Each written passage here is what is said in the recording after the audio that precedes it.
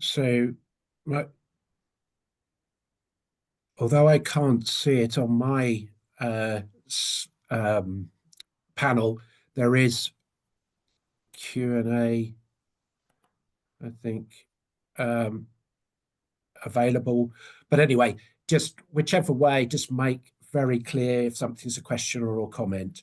So I think for everybody's time today, it's 12:05, and I think we'll make a start.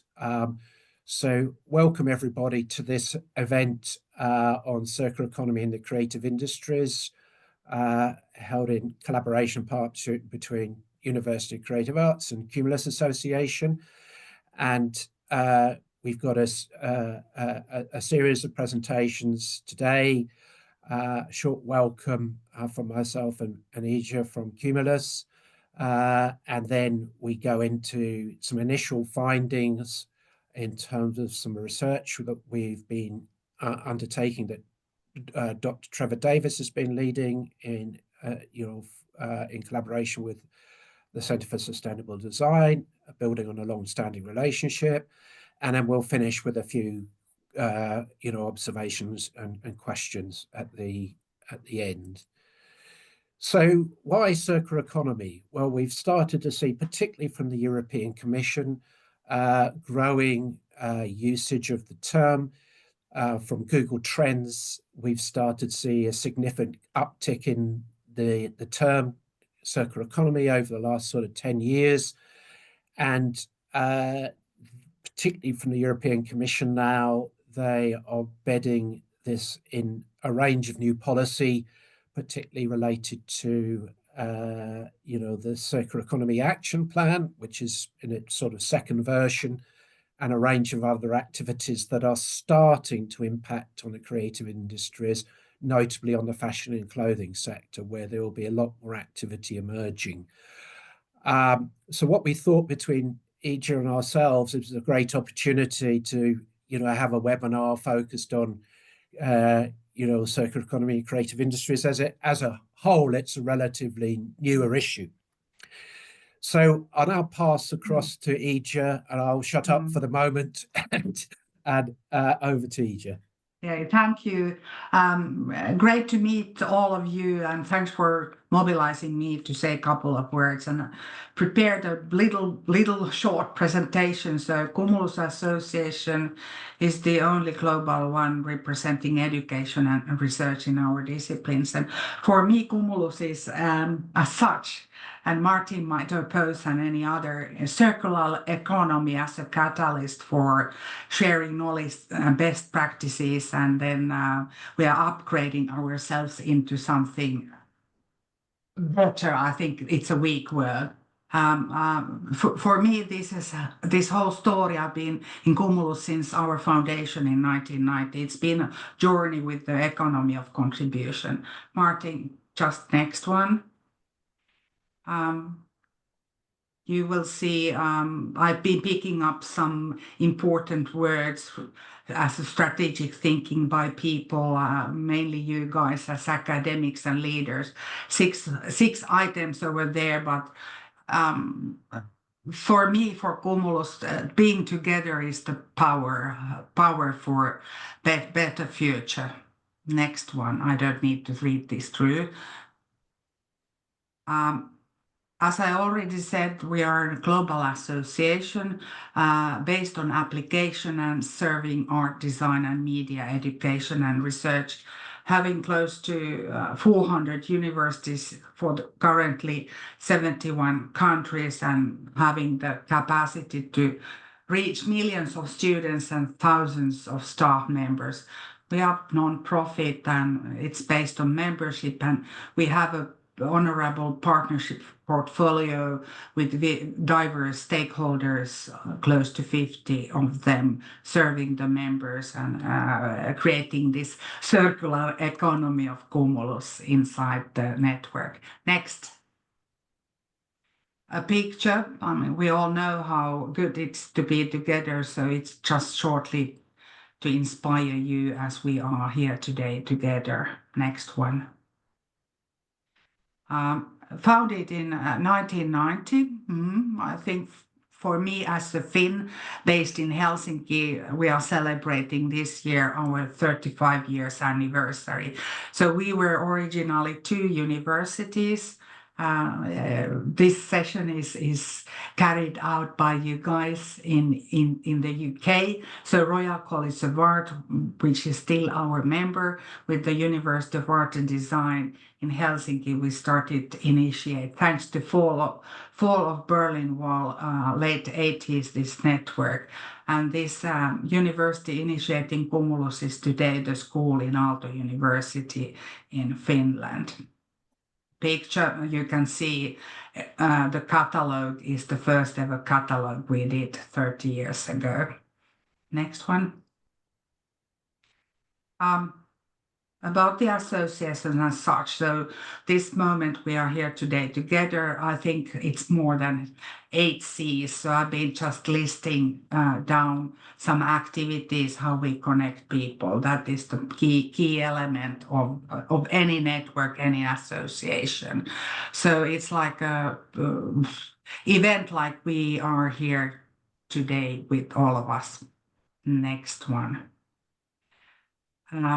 Working groups. Actually, I'm Martin. I'm marketing you that Martin is also active in Cumulus with sustainability working group, and we'll see if Martin might be contributing that with all of you. That shall we be building up a circular economy working group or something like that, or will it be embedded in the notion of sustainability? I'm of course not a native English speaker, but this is, I think you can pick up from my thoughts something for any future discussion. Next one. And pinpointing the power of people, which is important. We all remember in year 2000 Kyoto Protocol was initiated. So lucky Cumulus, we were invited to Kyoto in 2008, and we were able to sign in the same hall Kyoto Design Declaration. You will find it in Wikipedia. And it's a leading route to Cumulus Green, which is one of the activities, also bumping in circular economy in the creative disciplines. Next one. This Kyoto Declaration is, of course, a strategic mechanism to be a catalyst for strategic, more deeper thinking at the universities. But jumping over, we publish also, and this is, I think it's an interesting publication. Martin, you might have been able to read it, and there might be elements for this session to get back. So think tanks are publications by Cumulus working groups, and this one, Designing for a Sustainable Future, was launched out close to 10 years ago already. Next one. This is where we are about today. Do more and better with less, I guess. You might correct me. So Cumulus Green Competition, we had in its first edition circular economy as the topic for a student competition for 300 universities.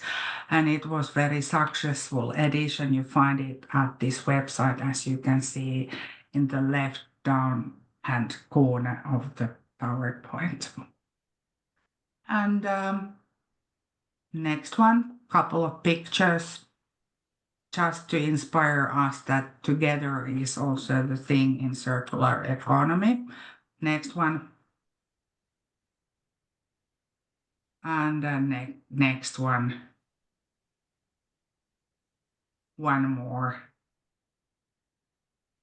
And I'm welcoming you to, I can't avoid mobilizing you all also to join the 35th anniversary conference around this topic. As you can see, ethical leadership. I think this matters with the presentations and discussions we are going to do today.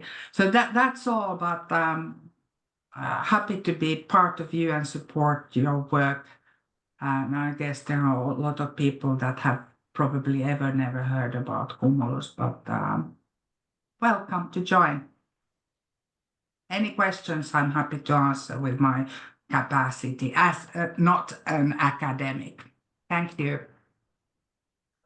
Okay, thank you very much, Ija. And I'm sure there'll be questions in the chat, or we can pick up later on. So today we're going to really review some of our initial thinking around circular economy and the creative industries. And it's myself, Martin Charter, and Trevor Davis, who are going to be your presenters today. And essentially, I'm a professor of innovation and sustainability at University for the Creative Arts, and basically set up the Centre for Sustainable Design in 1995, a little bit after Cumulus was launched, but we've been in the area for quite a long time, and quite engaged in what has become known as circular economy, having done a book in the area, for example, in the sort of, getting on for nearly 10 years ago. Also being heavily involved in standardization activities globally, which I'll mention a little bit later, and part of the first circular economy standard that was published by the British Standards Institute, now getting on for sort of 8 to 10 years ago. So we've been pretty active across this area, but in parts of the creative industries, but in other sectors as well. So we start with looking at the sort of sustainable development goals as a sort of overall framework, which still is useful to break down the different components of sustainable development. And we see a number of these so-called SDGs as having linkages to circular economy, and I'll come back to that, notably the responsible consumption and production, but also a number of other areas. But again, it's a rather busy slide for this, and this will be more detailed in the final report for the project that we'll be completing in the summer. But we can see that across the sort of creative industry segments, if you like, there is alignment to different parts of the SDGs more generally. So again, I won't go into detail on this today, but it is a useful way of interpreting sustainability across the creative industries. But really, circular economy is about moving away from pictures like this. It's really moving away from waste and the generation of waste to retaining value in products, components, and materials for as long as possible within economic systems and societies. So what can we keep within our systems? And so it really is trying to move the language away from waste towards value. And a framework that has evolved for those of you who are familiar with circular economy is the so-called Elaine MacArthur Foundation diagram that builds on the original McDonough-Browngart activities in the early 2000s.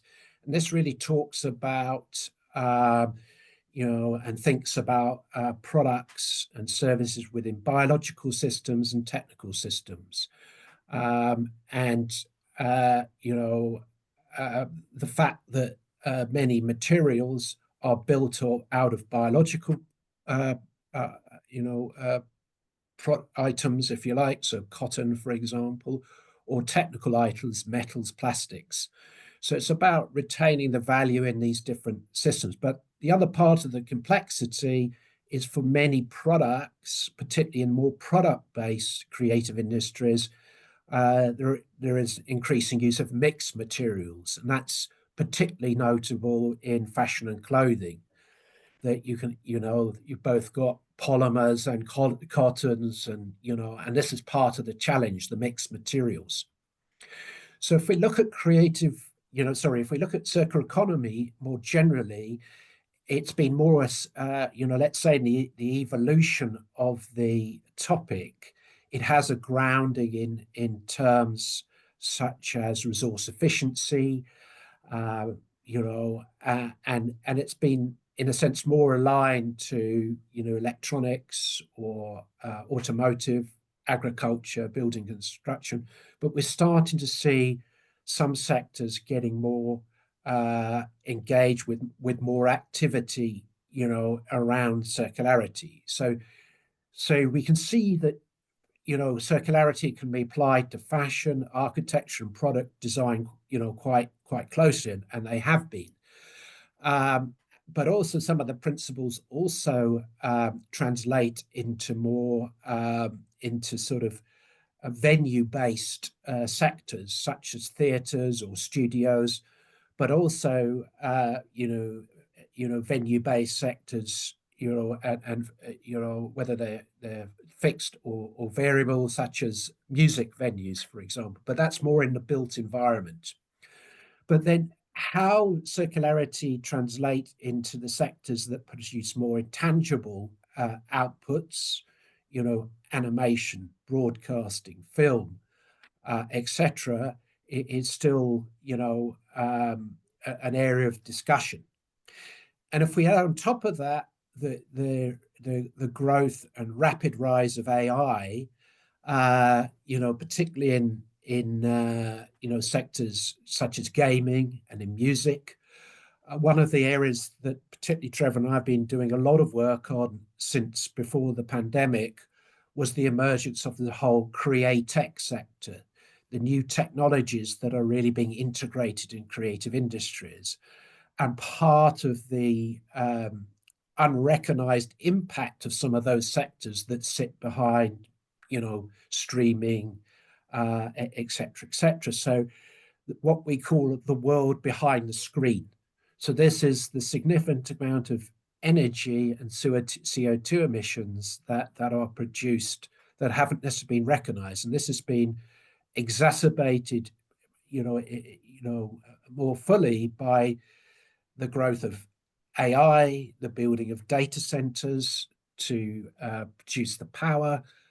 So this is a whole series of other issues that we're also seeing, in terms of the integration of technology into creative industries and the world, what we term the world behind the screen.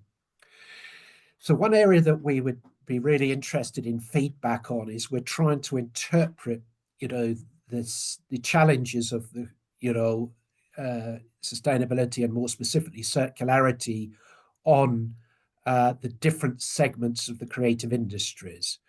So, this image here, the scalar here, maps on the left hand,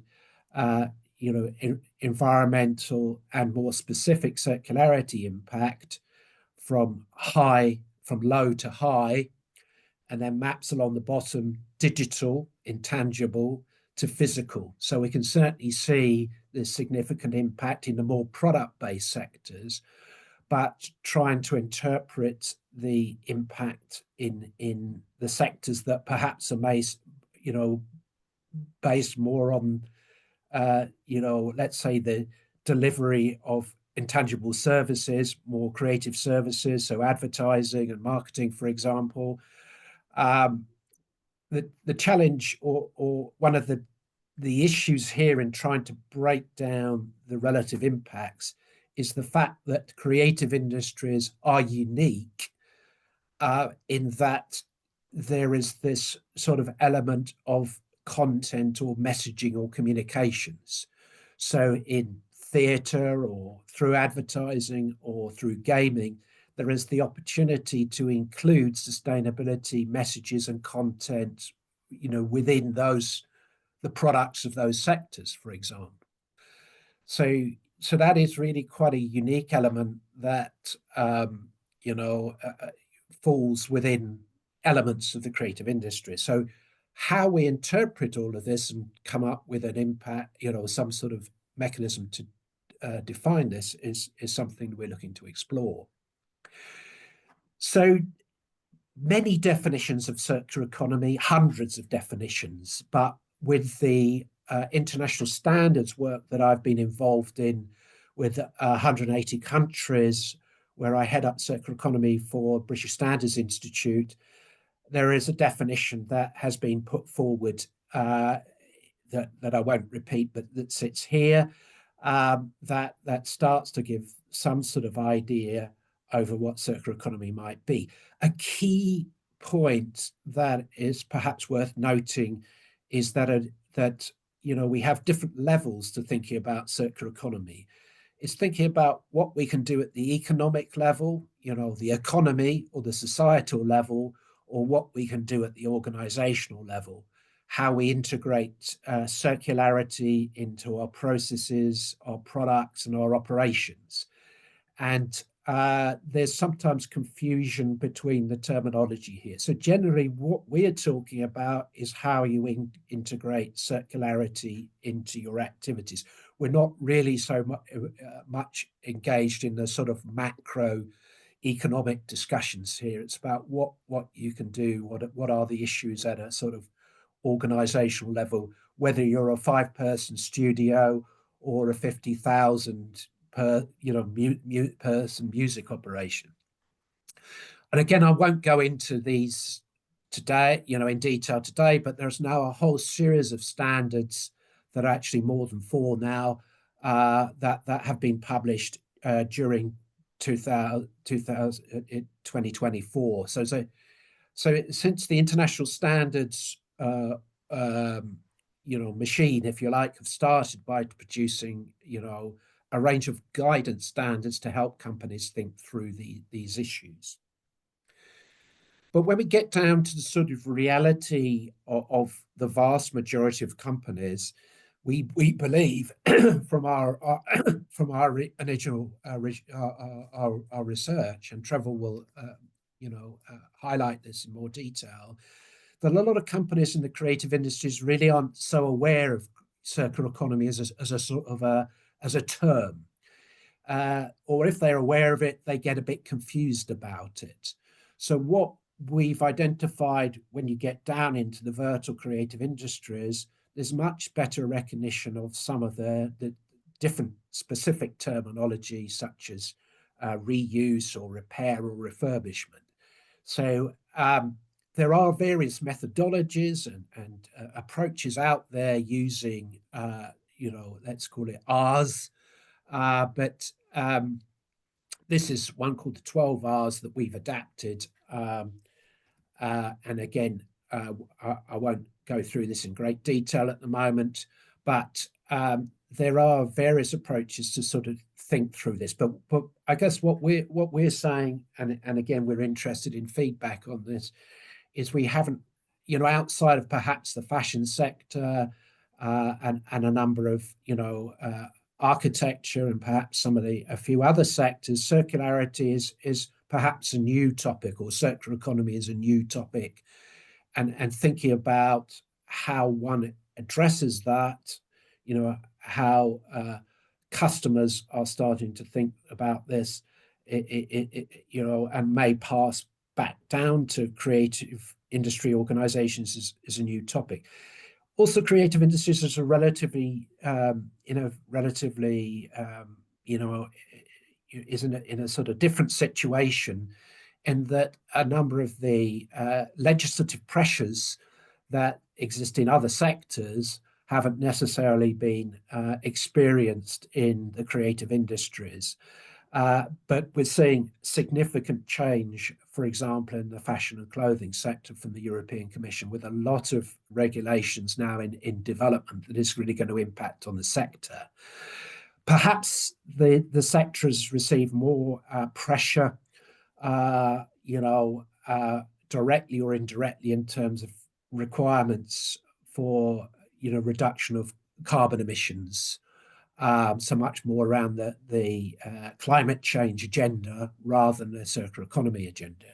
They are in many ways linked, but that's perhaps another conversation. So what I'll do now is finish up and pass across to Trevor, who's really going to overview some of the key findings from our research to date. Thank you very much, Martin. And again, just a reminder, if you want to post some questions as we go along, just put them in the chat, or if you're feeling adventurous, click on the Q&A button on your screen as well. Next slide, please. I'm going to talk through the research and methodology that we're using and focus very much on the insights that we already have based on text analytics that we've performed on national strategies for the circular economy. We've looked at 78 countries.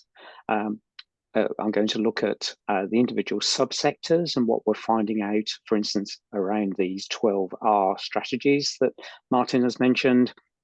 And then I'm going to kind of pivot and talk about some of the research knowledge gaps that we've identified. And in particular, I'm going to focus today on some of the observations concerning education, and then we'll just finish off with some next steps. So about 20 minutes. Next slide, please.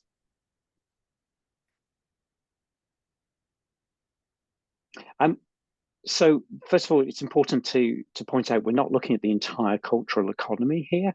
We're focusing very much on what we call the creative industries, which tend to be more the commercial operations rather than fine arts and things like that. Also, we're not looking at things like museums and heritage. So these are the subsectors that we're particularly interested in, and that's how we'll segment all of our data as we go through the presentation. Next slide, please. So how are we approaching this? There are four main pillars. There's a review of the academic literature, which I'm not going to talk about today. There's the analysis of the national strategies, the analysis of the grey literature, which is mostly online searches of articles, theses, brochures, all of that kind of stuff, and the machine learning that we've done on that. And then again, an area I won't talk about, except as a next step today, the survey that we're going to use to close some of our knowledge gaps. Next slide, please. So let's start with these national strategies. 78 countries have them. There are 3 regional strategies as well. Obviously in Europe, the Circular Economy Action Plan is pretty well known. And if you look at these strategies, you'll find circular economy mentioned in terms of principles or awareness and education in all of them.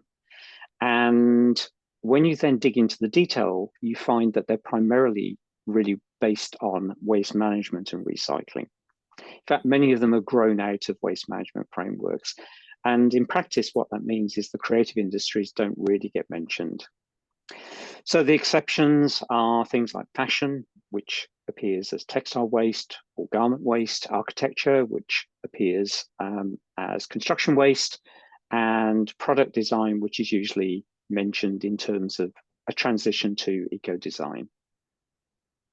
So within these 78 countries, we found 11 of them calling out the need for a change to design education. So that's very good, to include circularity more explicitly. And we also find that the creative industries, going back to the comment Martin made, positioned as a means to raise public awareness, but there's not really a lot of substance behind much of what's written.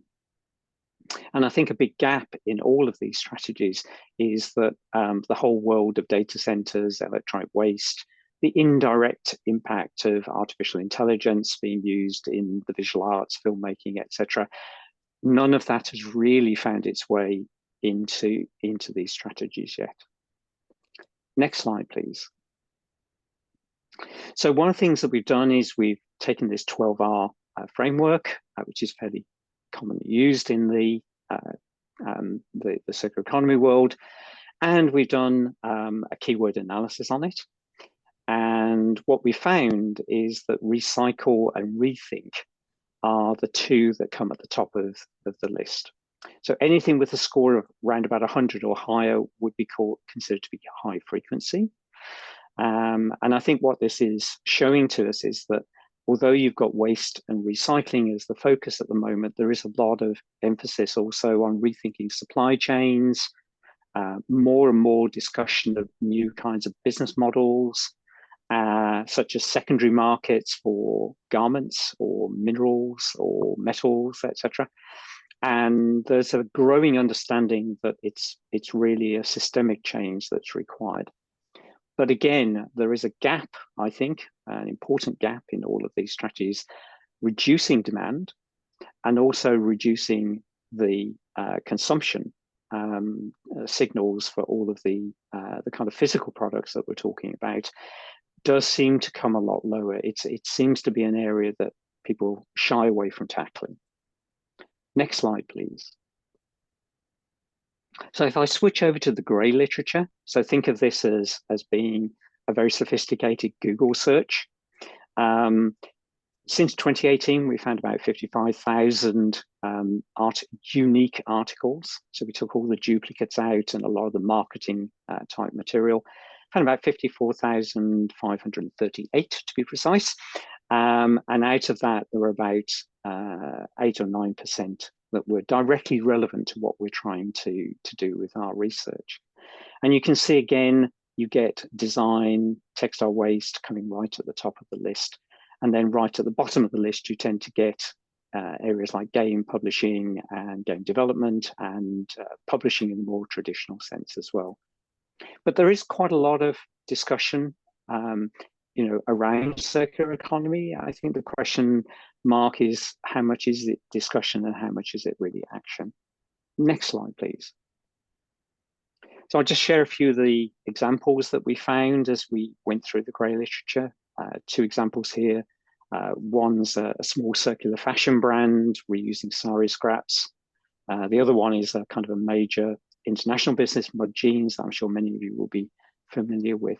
So again, you get quite a lot of these kind of examples coming from the fashion kind of world. Next slide, please. Film and TV, you tend to get the big production studios like Universal with quite well-developed kind of circular economy strategies. Again, starting very much from waste diversion, but moving more into interesting things like cardboard set materials that biodegrade.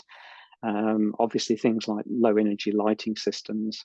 And then in the events area, you've got very famous festivals like Roskilde, really taking very much a lead on circular innovation. Next slide, please. In theatre and dance, there are some very well-established examples. There's Pina Bausch's Wuppertal Tanztheaters, costuming work that's been going on for over 20 years. You've got the Broadway Green Alliance, and then in the UK, you've got the National Theatre Green Store, which has just been opened, which is this large-scale facility for storage and reuse of costumes and props. Again, a lot going on there. Next slide, please.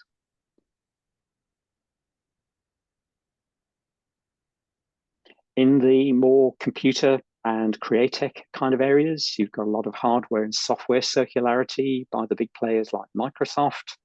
And then you've got the emergence of secondary markets for things like photographic equipment as well. So there's no real shortage of examples. The question is, how pervasive is this and how well developed is it? Next slide, please. So again, thinking about our text analytics approach, we've taken each of these subsectors.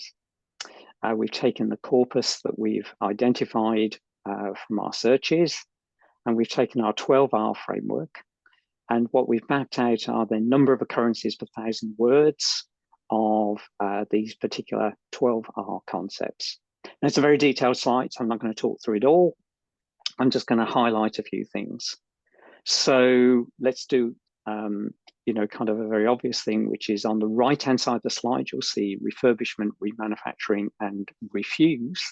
Refuse is where you turn down demand. Very little activity going on in that kind of area.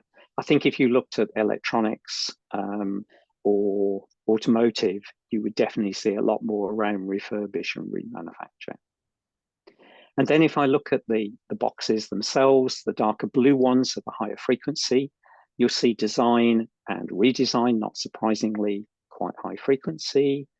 Events and festivals and recovery, very high in a column that doesn't have very much activity. That's mostly from energy recovery and recovery of materials that historically would have gone to waste during events. But overall, I think the picture is actually quite sparse. I mean, I think, I would say anything with a score of 10 or higher is probably worth paying attention to.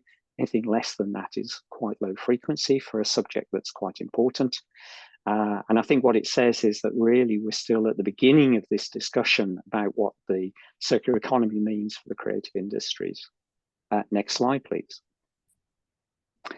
So this really just summarizes some of those observations, and I won't talk through it in any detail, really just to kind of highlight the fact that each of the different subsectors seems to be pursuing a different combination of these different 12-hour strategies.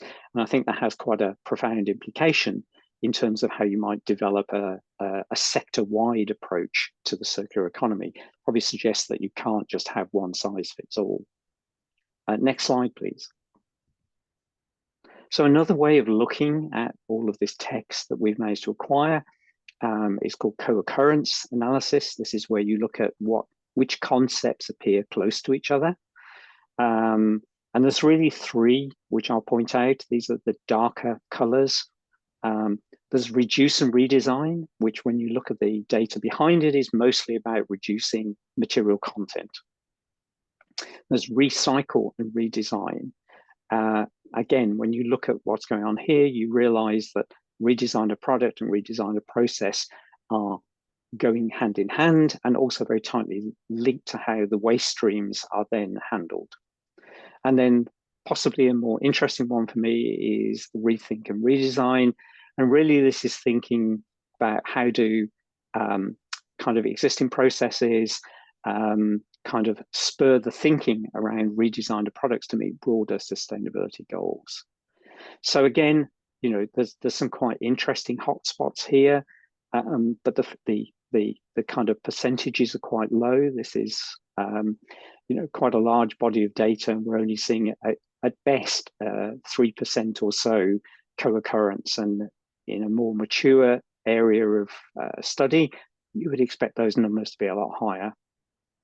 Next slide, please. So really just, kind of a few final thoughts on that slide. It's again, there are some well-established concepts that are appearing together, but again, refuse is almost absent. So little discussion about avoiding unsustainable approaches.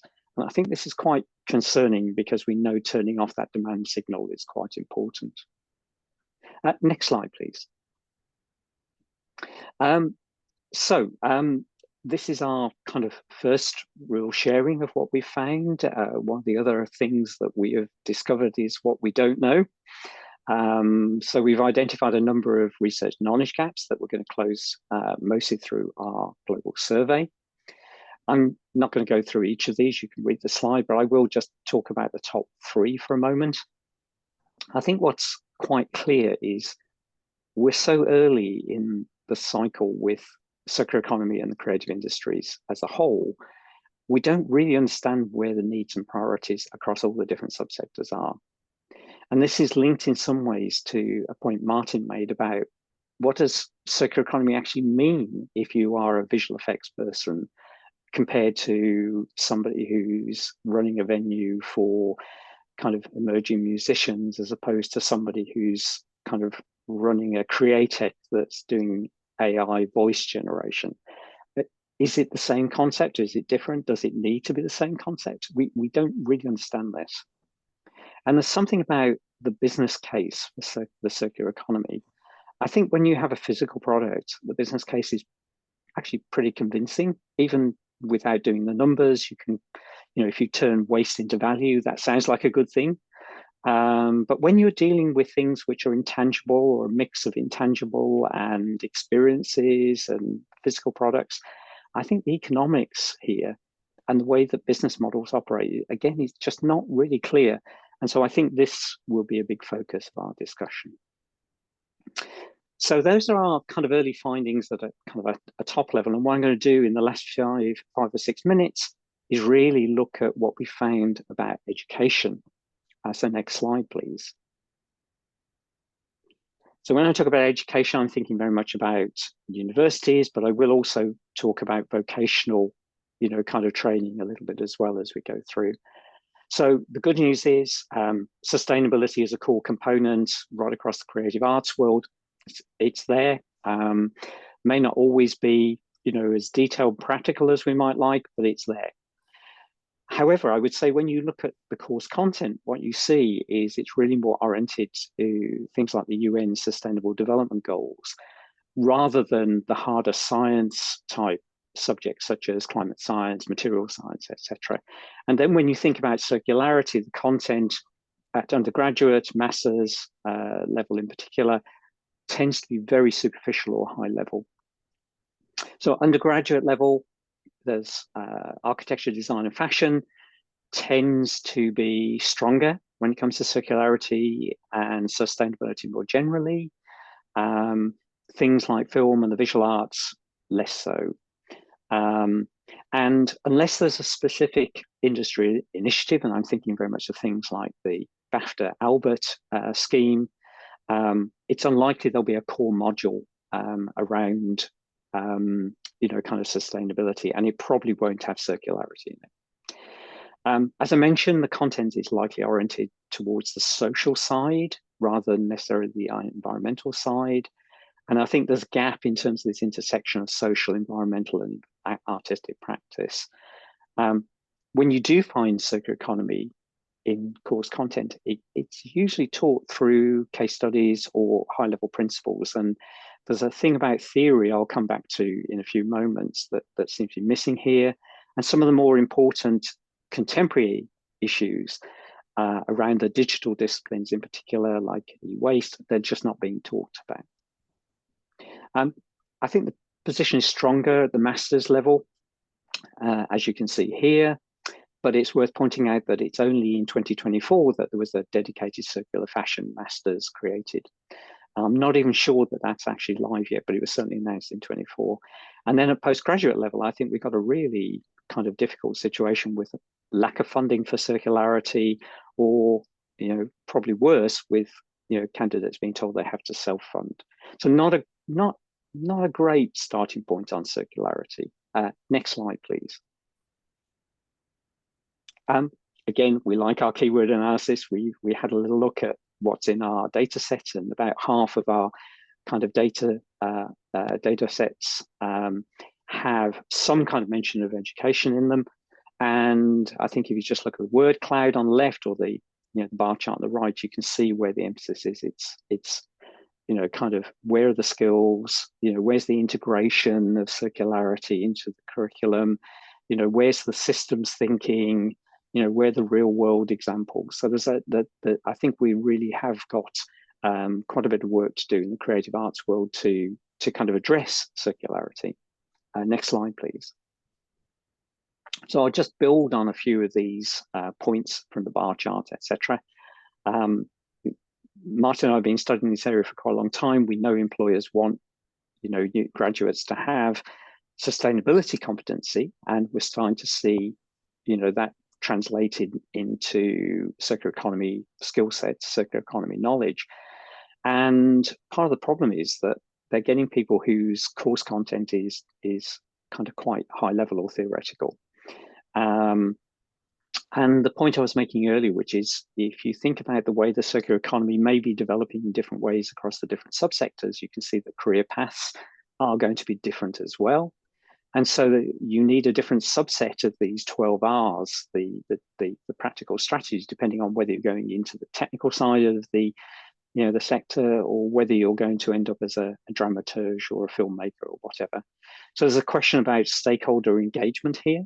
Is there enough being done to include the circular practices, the real world practices? And are we getting beyond recycling waste management? What about the digitalization of these libraries of props and equipment, etc.? Next slide, please. This word integrated comes up a lot.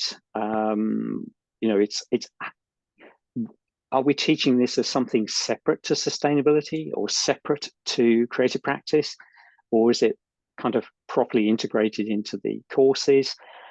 I would say if you look at the architecture, fashion, and product design courses, they are definitely starting to kind of move down this direction.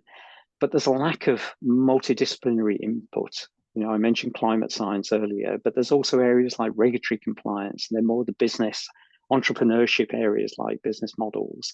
And what about, you know, technology? That doesn't seem to be either there, or people are struggling to get hold of faculty members who can do this. So how do we address that? And what's the role of these national and regional educational policy frameworks to address that? Next slide, please. The PhD program situation, as I said, is kind of a bit strange at the moment. There don't seem to be that many structured pathways outside of fashion. And I think that is very problematic, because if you think of some of the hotspots like theatre, then, you know, surely we would want to have that there as well, and film and TV, where there's massive construction, where there's massive use of, you know, materials in sets and props. That would seem important too.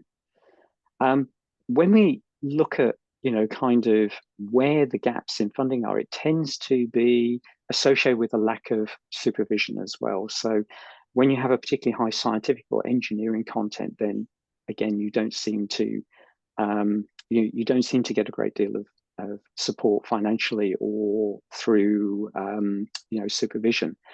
And although all the creative fields are very well placed to research storytelling, you know, all the behavioral science stuff, that again seems to be under-researched and underexplored in general. So how can creative arts universities expand their funding, I think, is the key question here.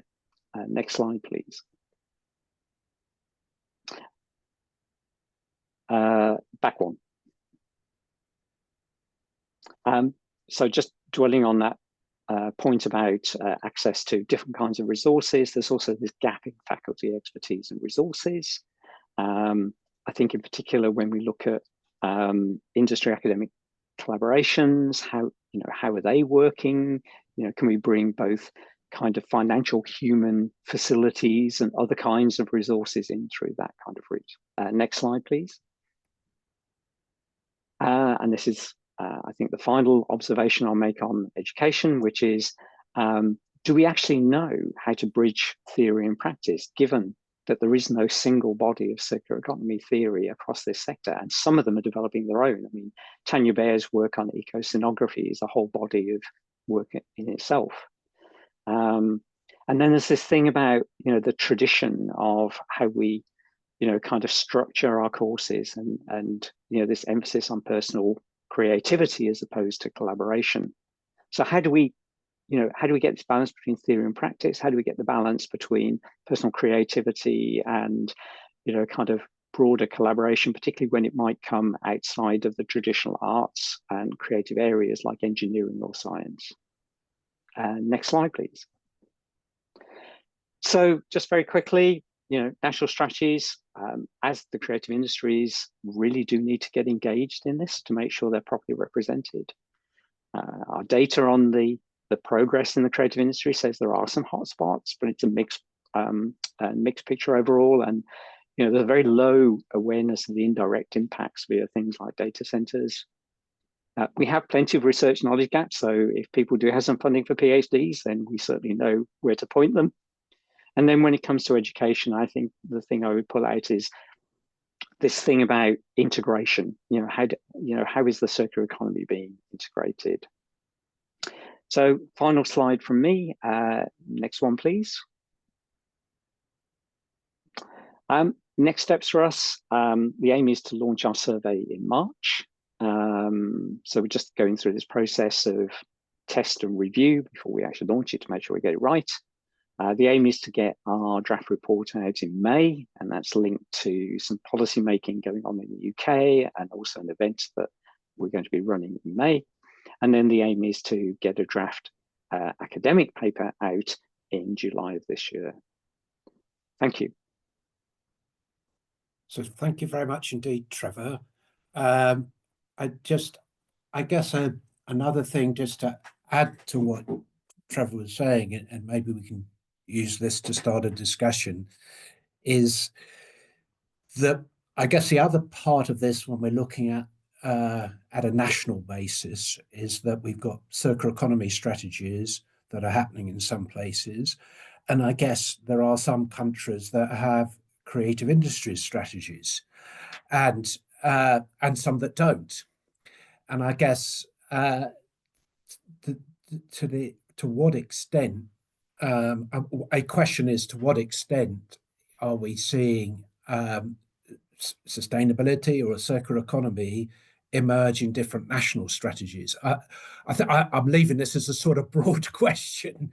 Certainly, I think we've seen this, and you might want to comment on this, Trevor, is that we started to see in the UK something called the sector strategy for the creative industries, and we started to see sustainability being brought into that strategy, and then new government came in place and that sector disappeared. But as often happens with policy, new approach in the UK, industrial strategy. Within that, we've now got creative industries as one of those sectors. So I guess there's a question here about the extent to which these issues are being integrated or not in national creative industry strategies.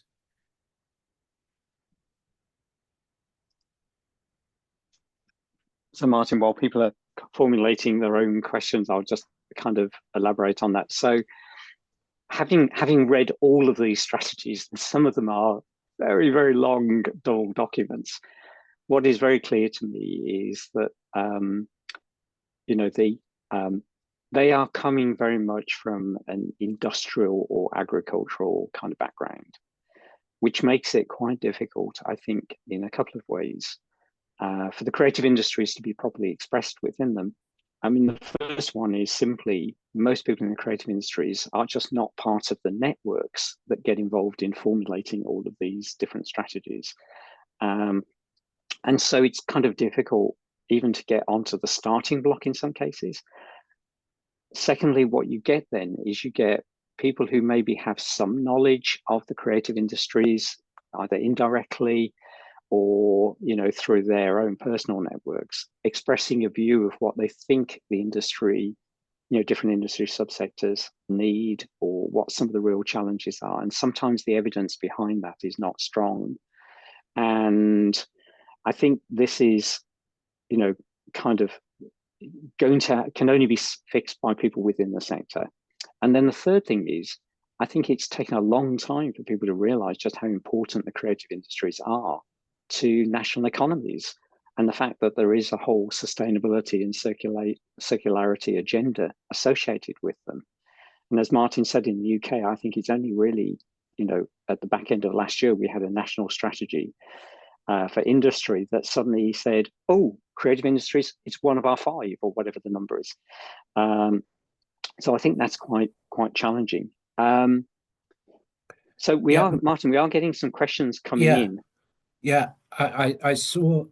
Maybe if you can pick them up, Trevor, and I'll shout them out.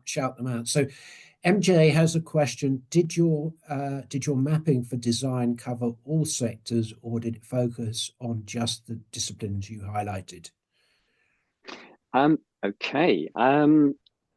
So talking specifically about design, we didn't restrict the searches just to the ones that were on the slide.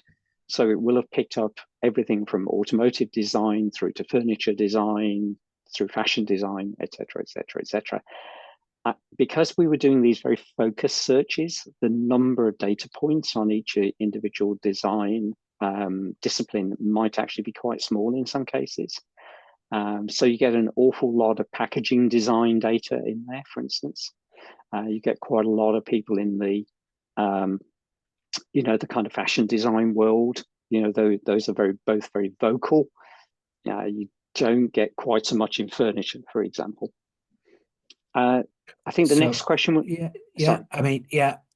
So Anja, I think we'll be sharing our various sources in our final report. So another question, MJ, could you share which geos your study focused on, please? Global. Yeah. So which university review are the leaders in practice-based design research in circular economy? I mean, certainly from my side, I'm aware of some of the Dutch universities have taken quite a strong position, I think, because there is a lot of activity on circular economy in the Netherlands, as they had also one of the earlier circular economy strategies. I mean, it's an interesting question. You know, are there any real leaders or everybody really at an early stage?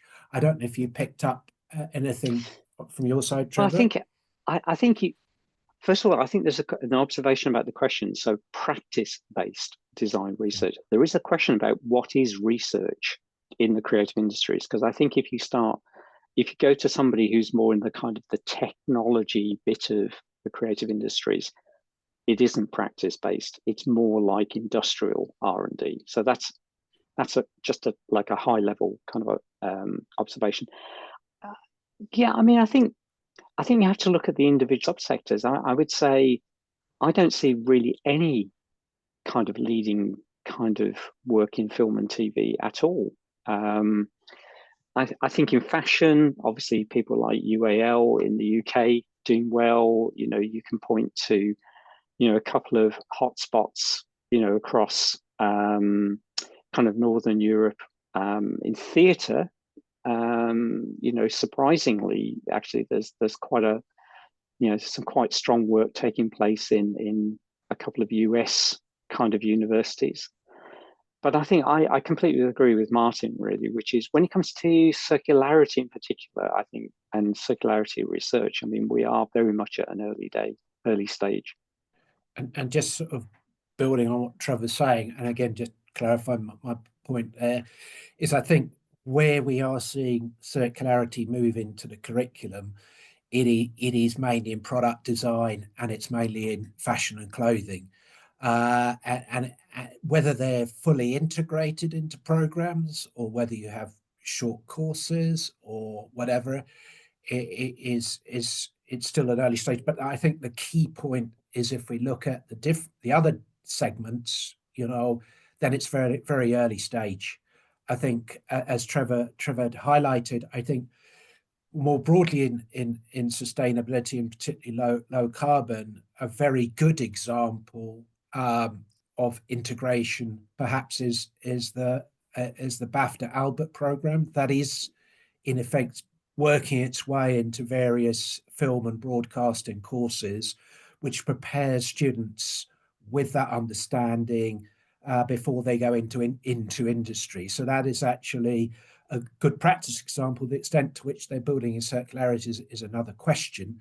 But I'd say outside of you know, the product design side and the fashion side, it's much more limited. But I mean, maybe another point you want to pick up on, Trevor, is when we were looking to scope this work, we were more explicitly looking, as Trevor had mentioned, on the creative industries.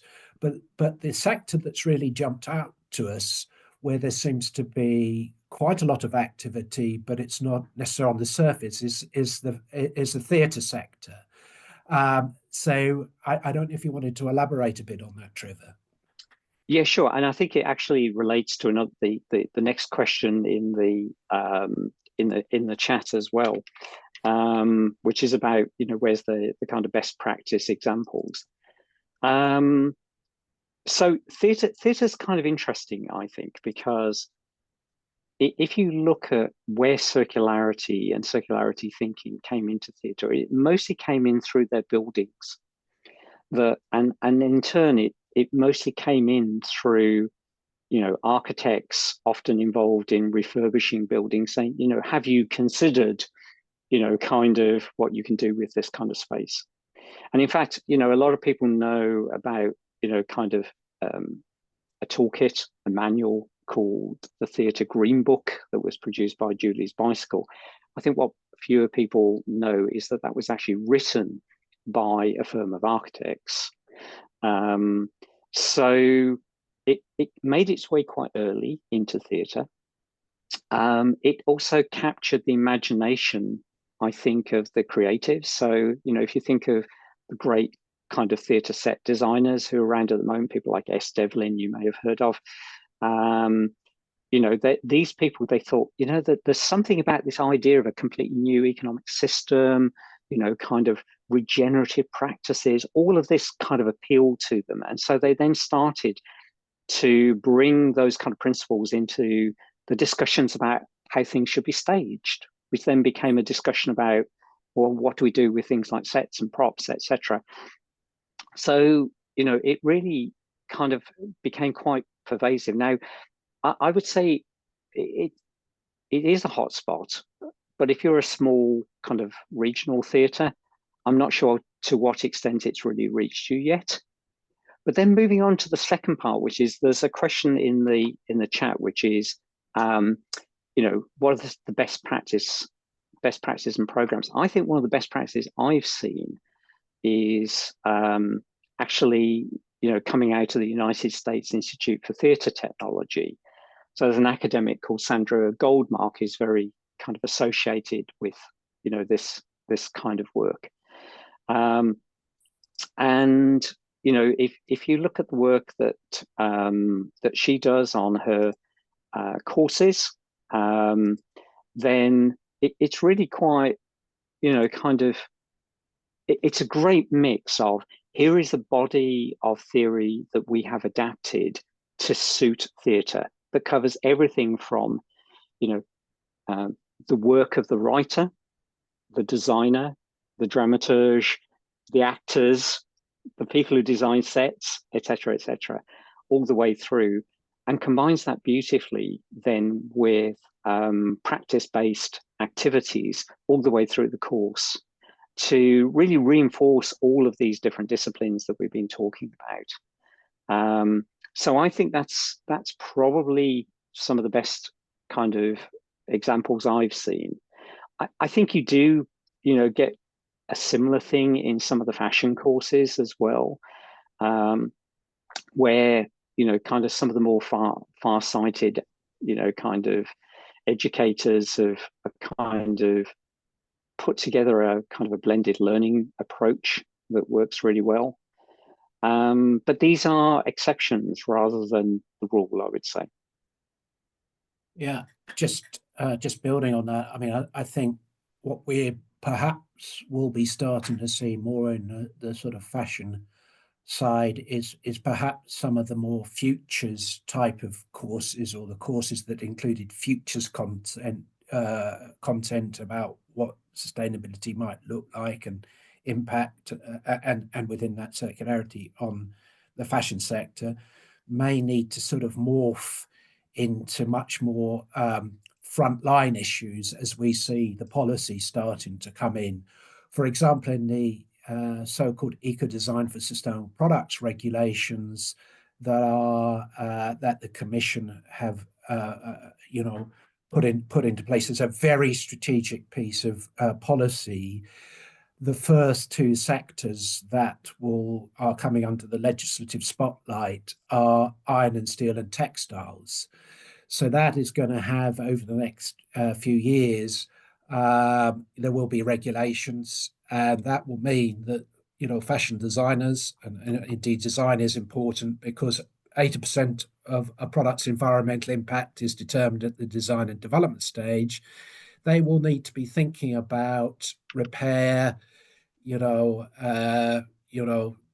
separability of materials, recyclability, and indeed there will be some quite complicated discussions about how that is then passed down to the supply chain, because a lot of the garments, of course, are manufactured outside of Europe, in, you know, Pakistan or India or Bangladesh. So there's some sort of quite complicated issues that will become very real, and perhaps will need to be sort of brought into the future workforce.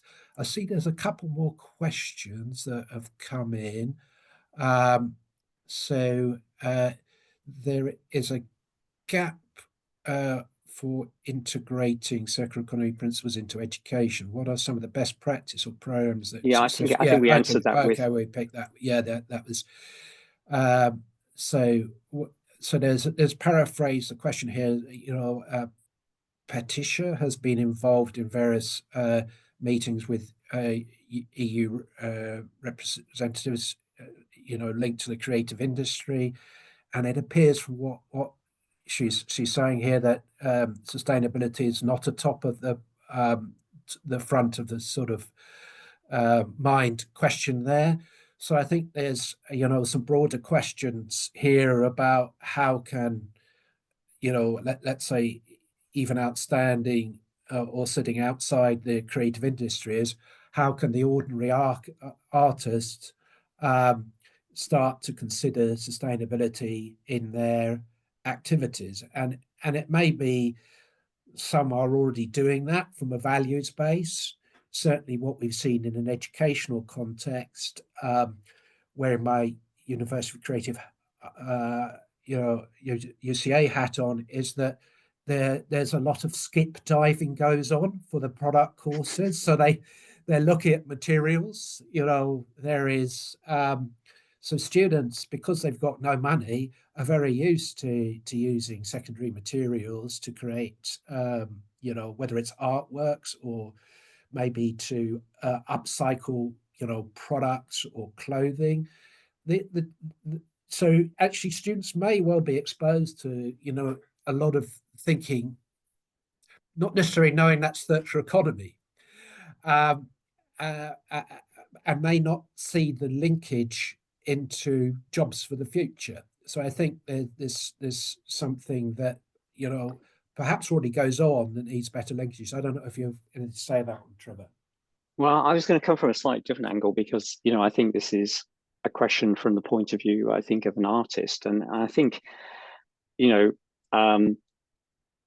most people's art is a kind of a microcosm of the world, and as such it's an ideal place where you can test out ideas, you can imagine new ways of being, you can think about kind of new ways of kind of interacting. And I think it's back to your message about the unique characteristic of the creative industries is this ability to get the message out there. So I think any artist can, either through the choice of materials they use or through the content of what they produce, they can get these kind of messages out into the world.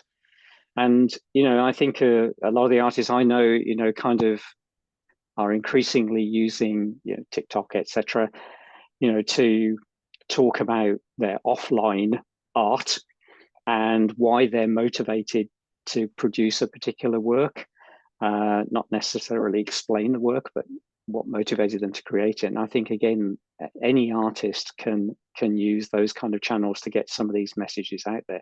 So I think that's kind of at a more personal level. Yeah, I mean, I think there are certainly examples that I'm aware of about how artists and sculptors have used waste as a message. So the example of something in the 2000s, before the big changes in effect recycling of electronics legislation came in, there was something called the Wee Man that was produced with the RSA, and that was a whole it was a large sculpture of a man made out of old electrical items. And similarly, there was a guy, Anthony Hayward at UCA, who constructed an elephant out of waste tires. So this is where the creative mind of artists can really bring in a different perspective. And perhaps that's another part of the discussion, is how can, the power of the creatives in the creative industries be,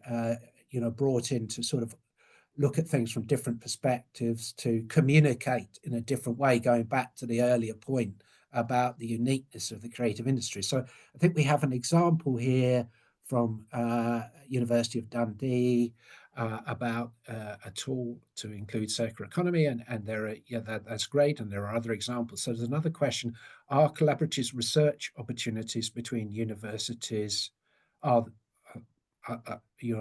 north-south joint research? So I guess the question is, are there programs emerging around circularity, related, to different institutions around the world around circularity in the creative industries? I'm personally not aware of any, but there may well be, some tucked I think there away. are certain. I mean, I think certainly in the fashion world there are, because Mm. you've got big brands that have these very extended kind of supply chains that seem quite keen to get into areas like regenerative, kind of farming and livestock raising as input material into their supply chains. So those big brands tend to be, Northern Europe. They do seem to like, setting up research relationships with, kind of African universities, for instance, to do this kind of work. But it's very patchy. I wouldn't say it's kind of a major thrust of research work at the moment.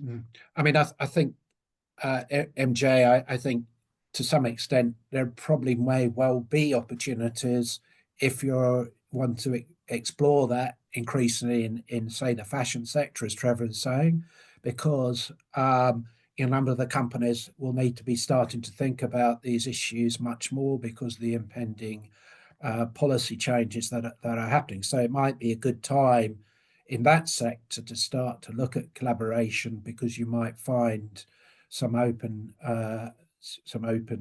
thinking there, because companies will need to learn and do things differently. So there's another question here from Patricia. I can say this, yes, all the creative way of presenting our work. Is that are not artists and they are seeing. So I think there's something here that policymakers are not artists. Yes, generally speaking, very true. And I guess our work has been primarily focused on the creative industries rather than the cultural side, as we said, because we realize there's a whole stack of different issues from, the fine art and other sides. The other element that perhaps is interesting is that the new EIC on creative and cultural industries seem to be, from our network, just starting to pick up on circularity. And this is the big innovation network across Europe that covers the cultural and creative industries. And we are aware that they are aware of sustainability and circularity, but they haven't really done anything specific related to circular economy. But we are aware that they are about to do something. So maybe it's, again, good timing. The issue's starting to percolate up, and whilst they may be an early stage, maybe perhaps there's let's say the bleed over from what is happening in the fashion sector might start to sort of move across into other parts of the creative industries. I think there's oh, sorry. No, go ahead. No, I was just going to say, I think there is a kind of a general point here, which is kind of interesting. I think is very interesting for the work that Martin and I are doing, which is it's almost like the fashion world is going off in one direction. It isn't entirely clear whether they really are bringing the other parts of the creative industries with them. You would like to think that there would be some kind of transfer of knowledge between fashion and film and TV through costume and things like that. But even there, it's not clear to me from the work that we've done so far that that's really happening. If anything, it's theatre to film that's happening around costume. You don't find that many examples of it coming, say, from a big fashion brand or a university that is primarily turning out graduates who are going to go into the fashion industry. It's almost like those tracks are somehow separated at the moment. Yeah, I mean, one of the other interesting things that emerged from the research, at least to me, as Trevor highlighted, but I just perhaps pull it out even a bit more, is how strongly rethink emerged as one of the 12 R's. And I guess that is around rethinking the traditional business model from the sort of linear to the circular, And I guess, you know, this is where perhaps more futures thinking emerges in terms of new business models and what a sustainable future may look like. And this again where creatives and creative thinking can bring in their skills into terms of thinking about the future. There's a comment here from Portsmouth around regenerative design. So again, regenerative is one of the R's, like a number of them, that are rather fluid. And there's been a lot of discussion about regenerative in the agricultural sector in terms of regenerative agriculture. But then there's been very different usages, more in terms of systems thinking, regenerative thinking, in terms of very strategic thinking. But it's even regenerative has been used in terms of sort of personal development. So actually, when you get down to what regenerative actually might mean at a design level, it's actually, we found much less work. I mean, I'm integrating other work we're doing, when we start to think about what a regenerative product might really look like, is much less specific thinking. So it might be self-healing products, or it might be products that can maintain themselves. So I'd still say regenerative I see being more and more used in the area, but perhaps when we try and bolt that down at a product level, it's perhaps less clear. So it'd be and indeed, it was sort of interesting and much debate about whether regenerative would fit itself into the ISO definition. It didn't make its way in at the end, despite various definitions that are out there. But again, it's an example of something where the thinking is still very live, and trying to bridge this gap between the high-level theory to what it means in practice, and what designers, what artists and others can actually physically do and integrate, is still at an early stage. I don't know, Trevor, if you wanted to make just a final couple of points before. I think, I was going to say, I think it relates as well to, I mean, if you go back to our method, we said that we would start most of our searches in 2018. Obviously, the history of the circular economy goes back kind of a long way before that. But so why 2018? Well, I mean, as you saw from, the kind of Google Trends chart, around about 2018, circular economy kind of started to pick up. And also in 2017, 2018, there were a couple of what I would call benchmark papers that said, this thing really starting to crystallize, and here are all the ways it could crystallize into definitions, etc.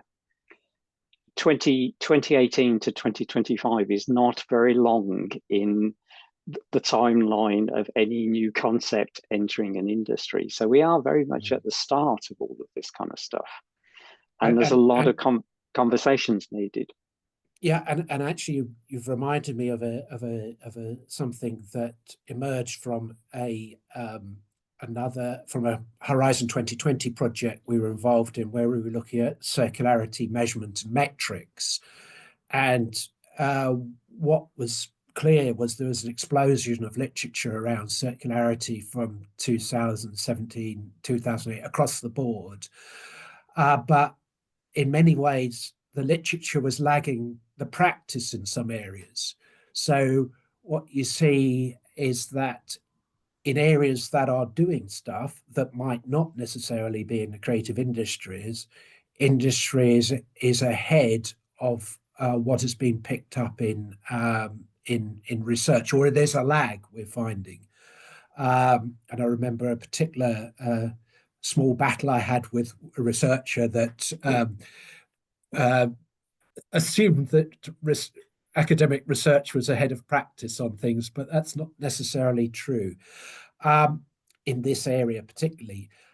So I don't know, Ija, if you're still on the line, I don't know if you had any comments you wanted to make, or any observations as a sort of somebody really overviewing creative industries and creative education, on a sort of, day-to-day basis.